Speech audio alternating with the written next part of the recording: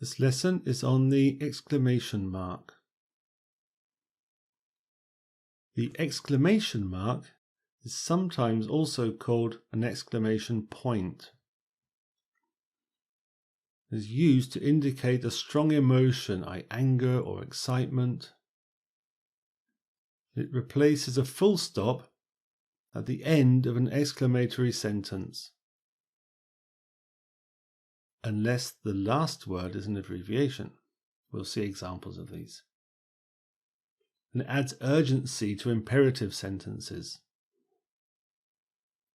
It is used to add emphasis to individual words or phrases, and it can be combined with other exclamation and question marks. It can also be used to indicate sarcasm or irony. And you need to be careful when formatting titles with exclamation marks. Now, for strong emotions, these are used to indicate anger or excitement. Yuck! Liver and spinach for dinner again. And this sort of yuck has an exclamation mark to really sort of emphasize the yuck. Woohoo! Holiday starts tomorrow! And after the woohoo, we have an exclamation mark. And after holiday starts tomorrow, another exclamation mark, because they're both showing excitement. You passed all your exams. Well done. And again, excitement. Well done. You passed your exams. Exclamation marks to show this. Exclamation marks replace a full stop at the end of an exclamatory sentence, unless the last word is an abbreviation. So to show, again, amazement, you could just say, I'm amazed you know him, full stop. But here it's, I'm amazed that you know him. Exclamation mark emphasizes the amazement. Or in this case, him, being a well-known actor, Robert Downey Jr., I'm amazed that you know Robert Downey Jr. Now, because the junior, the JR dot, is an abbreviation, we have the dot and the exclamation mark at the end of the sentence.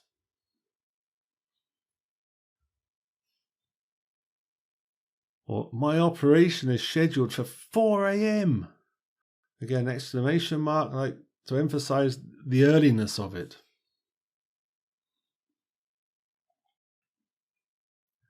They also add urgency to imperative sentences. Let's have a look at some examples. I need the report by Friday. A normal sentence with a full stop at the end. Or, I need the report by Friday. Now the exclamation mark really emphasizes it. I really need it by Friday. Makes it stronger.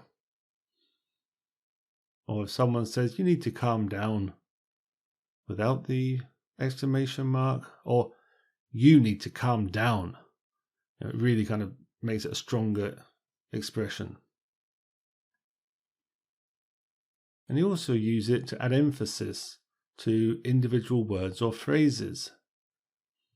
And when we do this, we normally put the exclamation mark in brackets after the word or phrase that we want to emphasize. And this is only in informal writing. With formal writing, you wouldn't do this. So if we look at this example and pretended that the exclamation mark wasn't there, we'd just say, we worked really late. It was midnight before we left. And it's a fairly neutral statement. But saying it as it's written, say, we worked really late. It was midnight before we left. And the exclamation mark kind of emphasizes the midnight. Or, she has had 5 husbands and still hasn't found the right one. But with the exclamation mark, she's had 5 husbands and still hasn't found the right one. So this emphasizes the 5. That was quite a high number for husbands. Or for motorbikes, he really likes motorbikes.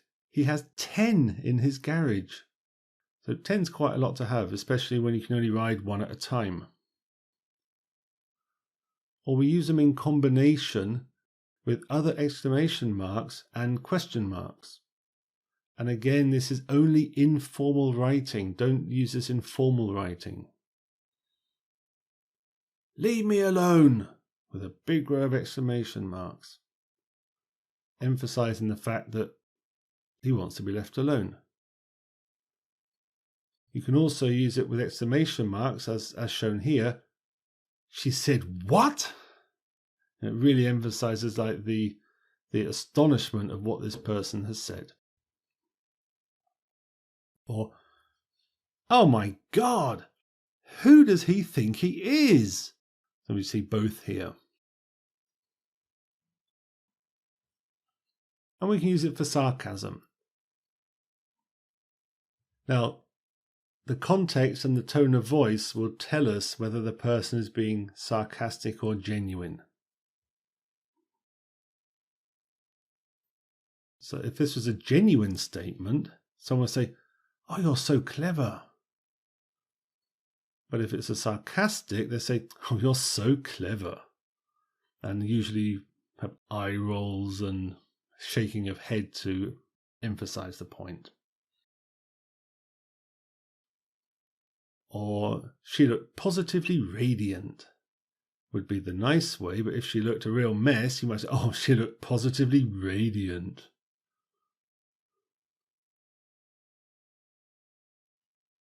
And this one probably hasn't got a serious version. "You failed your driving test again." Genius. So you can use exclamation marks to indicate sarcasm and irony. Now we need to be a little bit careful when formatting titles with exclamation marks. So titles of things like books and films are often italicized to show this. And italicized has been italicized so you can see what it means. So if the name of the book or film includes an exclamation mark, then this would also get italicized. But if the name is not with an exclamation mark, then the exclamation mark is normal. So for instance, "How many times have you seen Mamma Mia this month?" And the film title Mamma Mia has an exclamation mark in it and therefore belongs to the title. So as you can see here, the Mamma Mia with the exclamation mark is all in italics. Or we have a film like Groundhog Day, which doesn't have an exclamation mark. And if somebody says, "I really liked watching Groundhog Day," the exclamation mark is not italicized in this example.